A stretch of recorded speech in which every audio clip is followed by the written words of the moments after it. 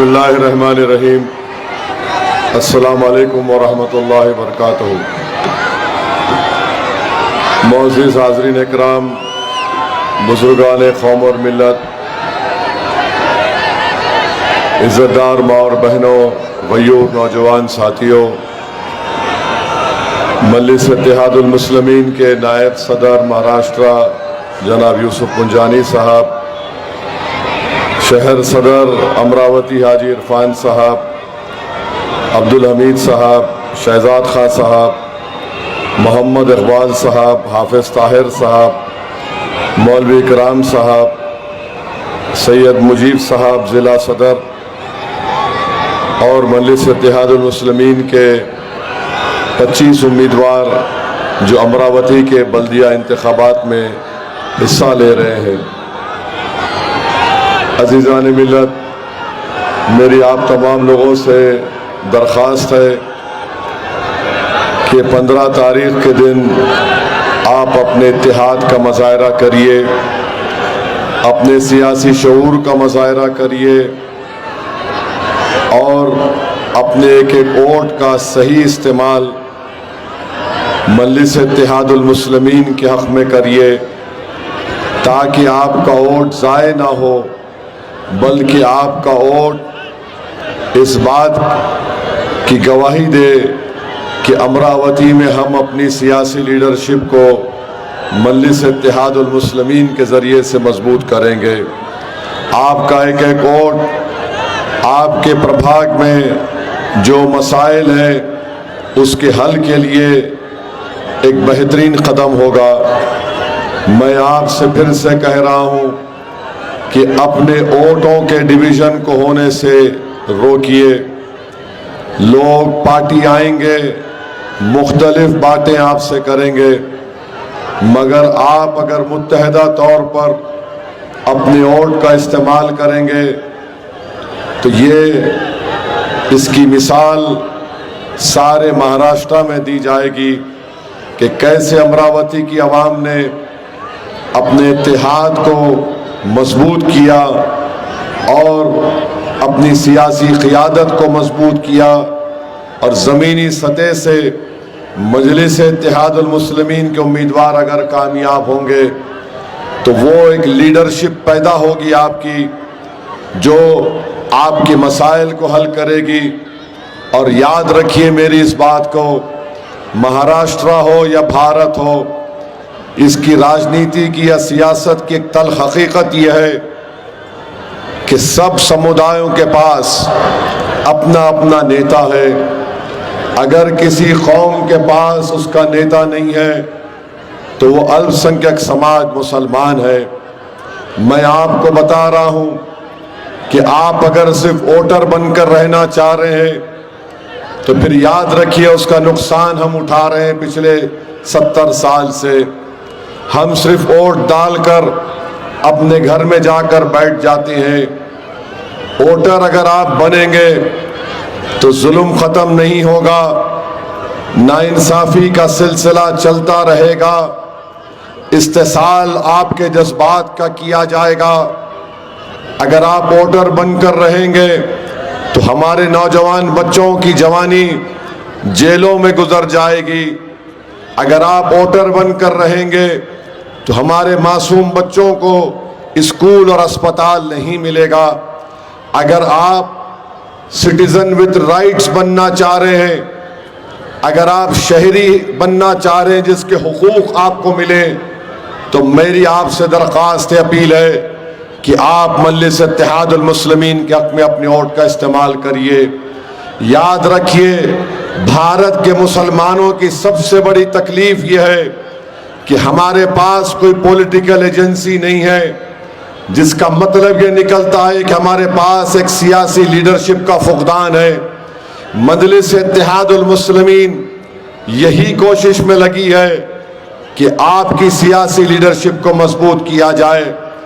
लोग जो आकर हमसे कहते हैं कि सेकुलर ताकतों को मजबूत करो, मैं उनको जवाब देता हूं, बताओ सेकुलर ताकतों को हम कब से मजबूत कर रहे हैं?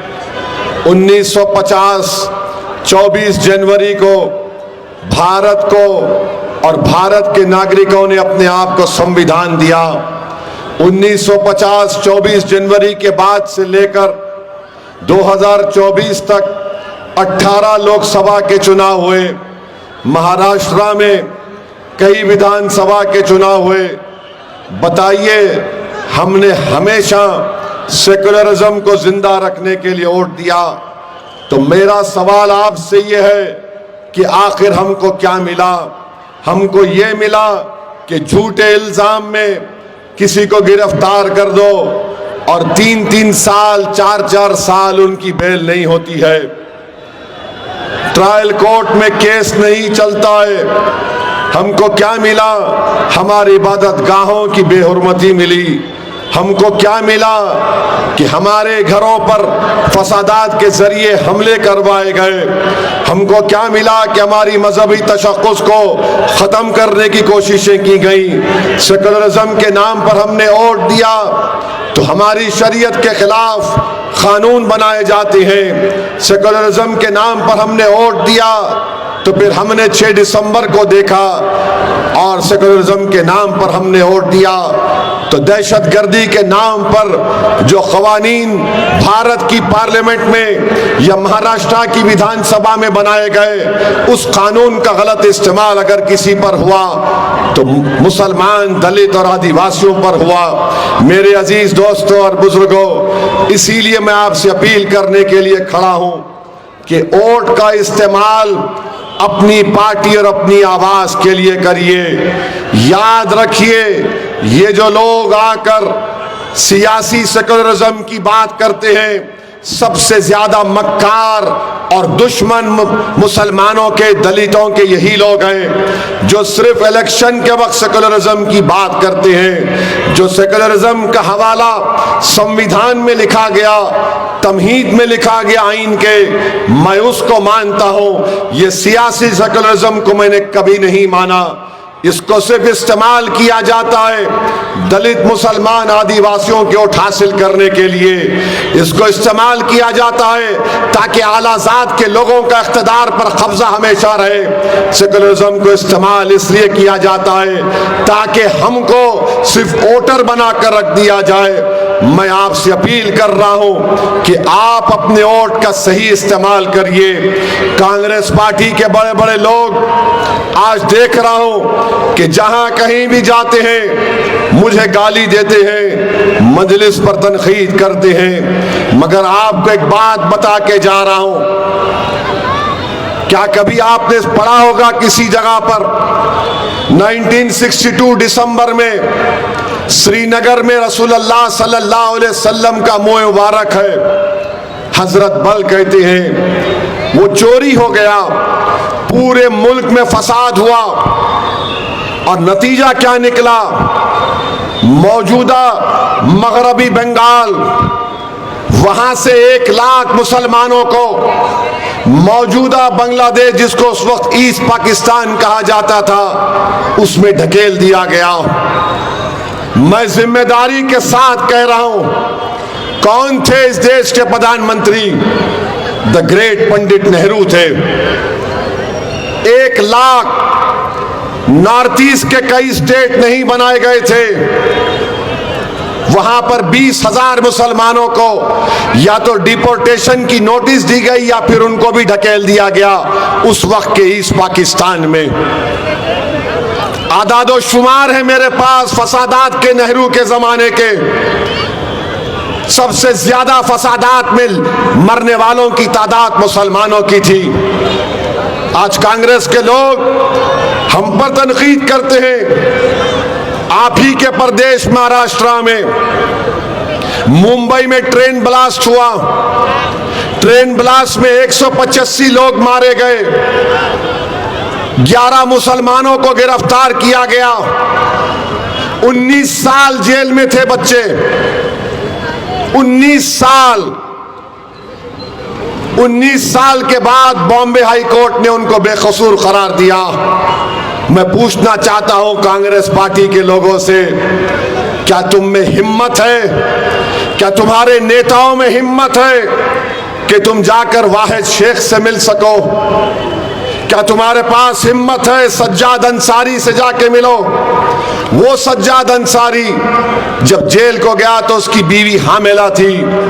वो आज मीडिया को कहता है कि जब मैं जेल को गया मेरी बीवी हामिला थी, मुझे बेटी पैदा हुई, मैंने अपनी बेटी को कभी जेल के सलाखों के पीछे से देखा या कोर्ट में जब पेशी थी उस वक्त देखा मैंने।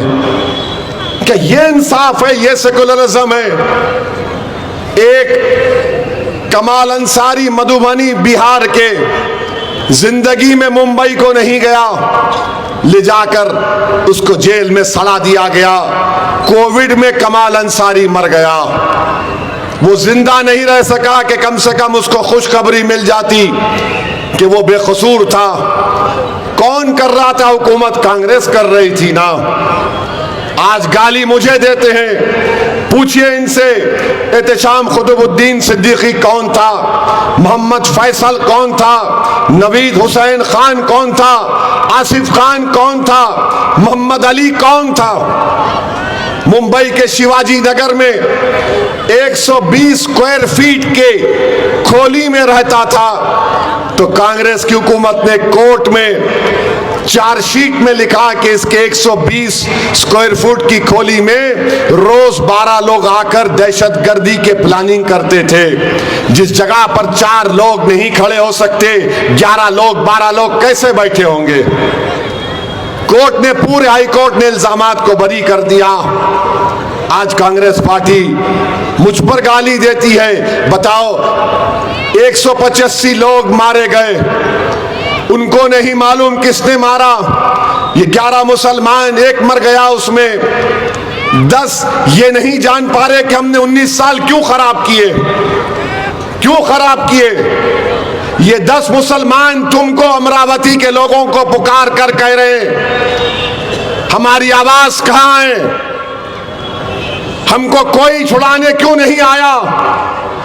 यही अमरावती में आज कोई वाकया हुआ, मैं नाम नहीं लेना चाहता, 3-3 साल से जेल में है। बताओ क्या होगा उनका? ट्रायल कोर्ट में केस क्यों नहीं चलता उनका? बेल क्यों नहीं मिलती उनको? और कोई उनके बारे में बात क्यों नहीं करता? मैं कर रहा हूं, किसी के बाप से बगैर डर के कह रहा हूं।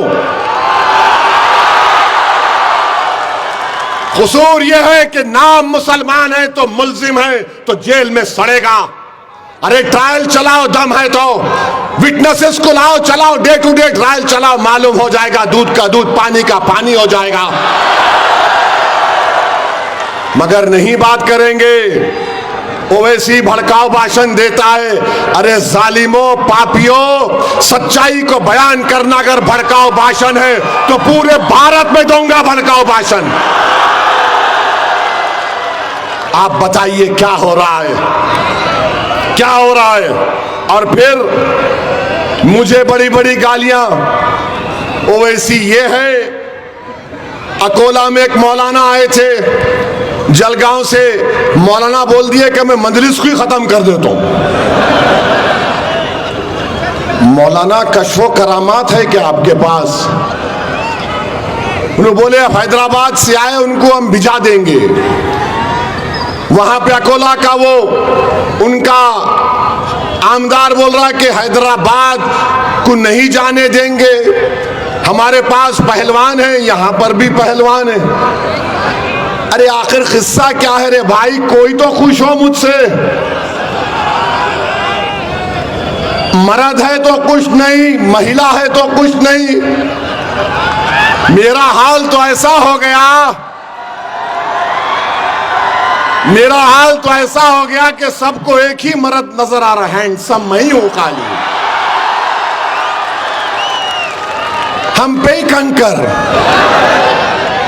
अरे कोई तो बोलो, तुम तो बोलो कि कोई पत्थर से ना मारे हमारे दीवाने को। हमको गाली दे रहे। अच्छा फिर आप देखो, सुप्रीम कोर्ट में 2 बच्चों की बेल नहीं हुई, 5.5 साल जेल में थे। आपको मालूम वो सुप्रीम कोर्ट ने कौन से कानून का हवाला देकर उन 2 नौजवान बच्चों को बेल नहीं दी। मालूम आपको? मेरे को मालूम। और ये कोई सेकुलरिज्म का नाम बोलने वाले बोलते नहीं हैं। सुप्रीम कोर्ट ने अनलॉफुल एक्टिविटीज प्रिवेंशन एक्ट के सेक्शन 15A का हवाला दिया, जिसमें कहा एनी अदर मीन्स। ये कानून कौन बनाए थे मालूम आपको? चिदम्बरम साहब, मनमोहन सिंह की हुकूमत थी। पूछो, ये कांग्रेसी आएंगे ना, मालूम हुआ कि वो टुट्टा भी आएगा कल, पूछो उससे। खैर उसको तो बेचारे को मालूम ही नहीं। 15A बोले तो बोलेगा मैं 1 क्लास में था।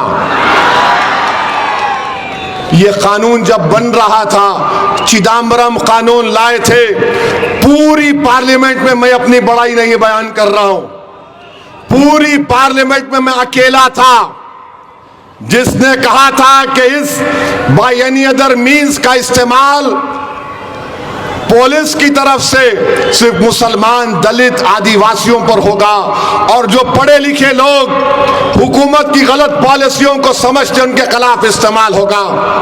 आज क्या हुआ आप देख रहे हैं। सुप्रीम कोर्ट ने कहा, इसी टेररिज्म का डेफिनेशन के तहत सुप्रीम कोर्ट ने कहा इन 2 बच्चों को बेल नहीं मिल सकती। और बेशर्मी की हद है कांग्रेस वालों की। और ये बेल मिलना था इनको, क्यों नहीं मिली? अरे कभी आईने में चेहरा देखो, कितना बदनुमा नजर आता है। तुमने कानून बनाया, तुमने कानून बनाया। मैं पुकार रहा था पार्लियामेंट में, मत बनाओ, मत बनाओ। आपको मालूम इस कानून में UAPA में किसी को पकड़ लिया जाता है तो पुलिस 180 दिन का डिटेंशन रख सकती है। 180 डेज, 30 दिन नहीं, 60 दिन नहीं, 90 दिन नहीं, 120 नहीं, 150 नहीं, 180 दिन सिर्फ पुलिस कस्टडी हो सकता है। कौन बनाए? ये कांग्रेस वाले बनाए। पूछो अपने आप से, वो जो 19 साल जेल में सड़ गए, वो जो बच्चे 5.5 साल से जेल में हैं, वो जो भीमा कोरेगांव के केस में स्टैन स्वामी, जो 85 साल का बूढ़ा, जो पुलिस को जेल के अथॉरिटीज को लिख के दिया कि मैं हाथ से पानी नहीं पी सकता, मेरे को स्ट्रॉ दो, जेल में मर गया वो। और आज आप हमको गाली देते। 2019 में अमित शाह UAPA कानून को और गंदा किए। किसने सपोर्ट किया? किसने सपोर्ट किया मालूम आपको? न नहीं जानते हाथ उठाओ, शर्माओ मत। जो नहीं जानते किसने तायीद की उसकी, पूरे उठाओ। जो जानते हाथ उठाओ। तो नहीं जानते पूरे हाथ उठाओ, मैं बोलूंगा क्यों। हाथ उठाओ पूरे। अब ये हाथ का तुमको वास्ता दे रहा हूं, तुम हाथ को वोट नहीं देना। यही हाथ वालों ने 2019 में मोदी के कानून की तायीद की थी। जाकर उठाकर देख लो 2019 UAPA अमेंडमेंट।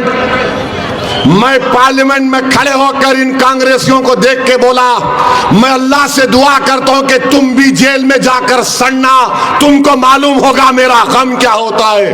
तो पूरे कांग्रेस के लोग खड़े हो गए, हमको बोले, हमको बोले। मिला हो तुमको ही बोला, क्या करते? वो बीजेपी वालों को समझ में नहीं आ रहा, इन्हें हमारे पे कभी गुस्सा निकाल रहा, कभी इन पे निकाल रहा, हो रहा क्या? मैं बता दिया कि कांग्रेस उस दिन उस गंदे कानून के हक में वोट दिया, और उसी कानून की वजह से 2019 का UAPA कानून, 2008 का चिदम्बरम का UAPA कानून मिलकर आज मासूम लोगों की जानों को बर्बाद कर रहा है। यकीनन हम दहशतगर्दी के खिलाफ हैं। इस्लाम आया तो दहशतगर्दी को मिटाने आया। इस्लाम आया तो अबू जहल टेररिस्ट का खात्मा हुआ। इस्लाम आया तो अबू लहब के टेररिज्म का खात्मा हुआ। हम तो टेररिज्म को खत्म करना चाहते हैं, मगर तुम गंदे कानून बना बना कर। और स्पीकर, जब मैं उस अमेंडमेंट जो अमित शाह लेकर आए थे, मैं नोटिस दिया कि मैं इसके खिलाफ वोट का मुतालबा किया। मैं वोट का मुतालबा कर रहा था ताकि कम से कम इन कांग्रेस वालों में गीरत पैदा हो जाए। आपको मालूम, हर उस पर मैं वोट पूछ रहा था, सिर्फ 2 लोग उस कानून के खिलाफ वोट दे रहे थे, एक ओवैसी और दूसरा इम्तियाज जलील, और ये कांग्रेस वाले मोदी के साथ वोट डाल रहे थे। मैं चैलेंज कर रहा हूं कांग्रेस पार्टी को, बोलो मैं सच बोल रहा हूं नहीं बोल रहा हूं। तुम आज आकर हमसे भीख मांगते हो, हमारे बच्चों की जिंदगियां बर्बाद हो गई। ये सच्चाई को बयान करना इनको तकलीफ होती है, तो याद रखिए, अपने वोट का सही इस्तेमाल करिए। और मैं कांग्रेसी लोगों से, ये नाम निहाद सेकुलर कायदीन से कहना चाह रहा हूं, किसी शायर ने अच्छा कहा था, और उनसे भी कहना चाह रहा हूं जो आजकल ज्यादा मेहरबान है, जबान काट लो लहजा नहीं बदलेगा। जबान काट लो लहजा नहीं बदलेगा। तुम्हारी सोच के सांचे में ढल नहीं सकता। मुझे भी मोम का पुतला समझ रहे हो क्या? तुम्हारी लो से ये लोहा पिघल नहीं सकता। तो मेरे अजीज दोस्तों और बुजुर्गों, 15 तारीख के दिन पतंग के निशान पर बटन दबाएंगे नहीं दबाएंगे? और माशाल्लाह से पाना अपना काम कर रहा है। पाना जो है ना, मोदी जी के नटों को, बोल्टों को हिला कर रहा है। तब समझ में नहीं आ रहा पाने का इस्तेमाल कैसे करना। ये खुदा का निजाम है। अब पाना क्या करेगा नहीं मालूम, मगर आपको अपने वोट का सही इस्तेमाल करना है। पतंग के निशान पर बटन दबाना है। और यहाँ यूसुफ पुंजानी साहब बोले, साहब जरा वो घड़ी पे भी बोल दो। इन्हों आए हैं, मोदी का साथ दे रहे हैं, चिचा को धोखा दे दिए, मोदी का साथ दे रहे हैं। वक्फ का काला कानून जो संविधान के खिलाफ है, उसमें आपने मोदी के इस काले कानून के हक में वोट दिया। अब इनके लोग गले में पट्टा डालकर अपने चेहरे को छुपा रहे हैं। अरे तुम अपने चेहरे पर मोदी का मास्क लगा कर आओ। तुम मोदी के नाम पर वोट ले रहे हो। अजीत पवार को वोट देने का मतलब यह है कि मोदी को वोट देना। क्या आप मोदी को वोट देंगे? जरा जोर से बोलो। दोनों है ना यहाँ पे, एक विधानसभा के है, एक क्या है, उन्होंने आमदार है। दोनों को मालूम होना कि आप मोदी को वोट देने वाले हैं। ये बात 15 तारीख को आपको दिखाना पड़ेगा इंशाअल्लाह ताला। और पूरी ताकत के साथ अपने वोट का इस्तेमाल करिए। डरने और घबराने की जरूरत नहीं है। आप ये बताइए कि अमरावती में पेट्रोल की कीमत क्या है?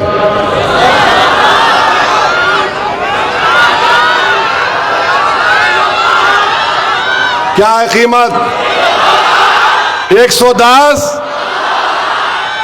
आप लोग खुश हैं? गुजरात में कितना है मालूम आपको? 94 रुपीज ओनली। गुजरात में 94, यहाँ पे 110, 110। अब वाह, ये ट्रिपल इंजन की सरकार है। ये ट्रिपल इंजन की सरकार है।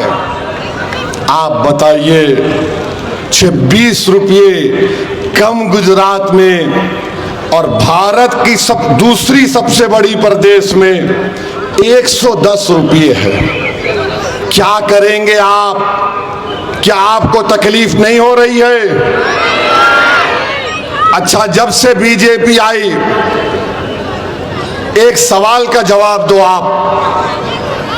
कितनों को यहां पर अपने बच्चों के मुस्तकबिल की फिक्र होती है, जिसमें उनकी जान की भी फिक्र, बेटियों की हिफाजत की फिक्र, इबादतगाह की हिफाजत की? हाथ उठाओ, डरना नहीं। डरेंगे तो मर जाएंगे। हाथ उठाओ। फिर ये कौन सा राज कर रहे? सबका साथ, सबका विकास, सबका विश्वास। मेरे भाई, मैं आपको ये कह रहा हूं कि डरना अगर है तो अल्लाह से डरो, किसी हुक्मरान से डरने की जरूरत नहीं है। इंशाअल्लाह ताला हम भारत के बाइज्जत नागरिक हैं। संविधान जिसको बाबा साहिब ने बनाया वो राइट टू इक्वालिटी की बात करता है। और याद रखो, तुम खत्म होने नहीं आए हो इस दुनिया में। जब तक तुम और हम जिंदा रहेंगे, दुनिया बाकी रहेगी। जब तक मोहम्मद मुस्तफा सल्लल्लाहु अलैहि वसल्लम का उम्मती जिंदा रहेगा, अल्लाह उस वक्त तक क़यामत को नहीं बिजाएगा जब हम नहीं तो दुनिया नहीं। याद रखो मेरी इस बात को। तारीख को पढ़ो, तारीख को पढ़ो। आज जो लोग जुल्म कर रहे हैं, जबर कर रहे हैं, कल ये मिट जाएंगे सफ़े हस्ती से। नाम रहेगा तो अल्लाह का रहेगा, नाम रहेगा तो हमारा रहेगा। तो मेरे अजीज दोस्तों और बुजुर्गों, मैं आपसे अपील कर रहा हूं, लगाएंगे नारा आखिर में, क्यों फिक्र कर रहे आप? आखिर में लगाएंगे, सबको सुनाई देना। मेरे अजीज दोस्तों और बुजुर्गों, एक ड्रामा महाराष्ट्र में हो रहा है। मुंबई में बैठकर देवेंद्र फडणवीस, शिंदे, अजीत पवार बैठकर मुंबई में वड़ा पाव भी खा ले रहे, मलाई भी खा ले रहे, और बेचारा किसान खुदकुशी कर रहा है। नौजवान बेरोजगार हो गया। अब नगर पालिका के चुनाव आए तो तीनों क्या करे? एक दूसरे की पीठ, इधर एक इधर एक उधर। हम लोग हैदराबाद में बोलते, तू मेरी पीठ खुजा, मैं तेरी पीठ खुजाता हूं। आप बताओ ये क्या ड्रामा है? महाराष्ट्र की जनता बिहार के बाद बड़ी बाशऊर जनता है, सियासत को बड़ी करीब से देखती है। मैं आपसे अपील कर रहा हूं कि आप इनके साजिश का शिकार मत हो जाइए। अपने वोट का इस्तेमाल सही तरीके से करिए। यकीनन जहां पर आप बसते हैं वहां पर बहुत से मसले मसाइल हैं, बहुत से तकालीफ हैं। स्कूल की बिल्डिंग्स और स्कूल की ज़रूरत है, पीने के पानी का मसला है, बहुत से मसाइल हैं। अगर एक अच्छा कॉरपोरेटर जो मंजलिस का साबित होगा, अगर आप उसको कामयाब करेंगे तो इंशाअल्लाह ताला अमरावती में और तरक्की आएगी। तो मेरी आपसे दरमंदाना अपील है कि पतंग के निशान पर वोट दीजिए। और ये जो बीजेपी वाले आजकल बहुत बातें कर रहे हैं, मेरे कपड़ों के बारे में बात कर रहे हैं आजकल, ये क्या है ना? आपको मालूम, नाथूराम गोडसे औरतों से बड़ा चमकता था। नाथूराम गोडसे उन्होंने उधर थे,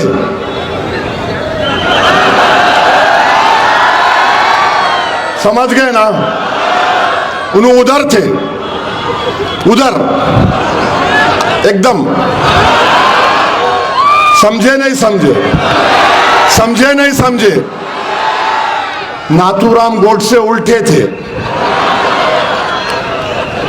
उन्होंने भी ऐसी कपड़ों के दीवाने थे, समझे? तो ये सब गोडसे के चाहने वाले हैं।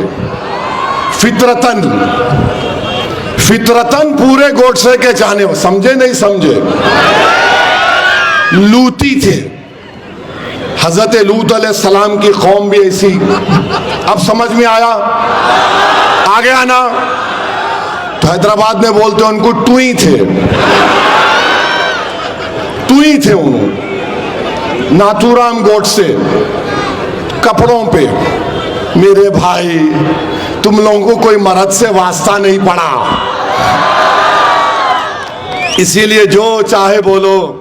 याद रखो तुम्हारी सरकार है ना, तुम बड़े उछल उछल के बोल रहे हो। इख्तिदार किसी के पास नहीं रहता मेरे भाई। महाराष्ट्र के ये किले जो आज वीरान पड़े हुए हैं, ये इस बात की गवाही दे रहे हैं कि इख्तिदार किसी के पास नहीं रहता। आज तुम इख्तिदार के नशे में चूर होकर मजलूम दलित, मुसलमान और किसानों पर तुम जुल्म कर रहे हो, मगर इंशाअल्लाह ताला तुम्हारे दौर का खातिमा होगा। तुम्हारा जुल्म ज्यादा देर तक नहीं चलेगा। मैं आपसे अपील कर रहा हूं कि बीजेपी के लोग अब चाइना से कह रहे हैं कि आके पैसा लगाओ भारत में।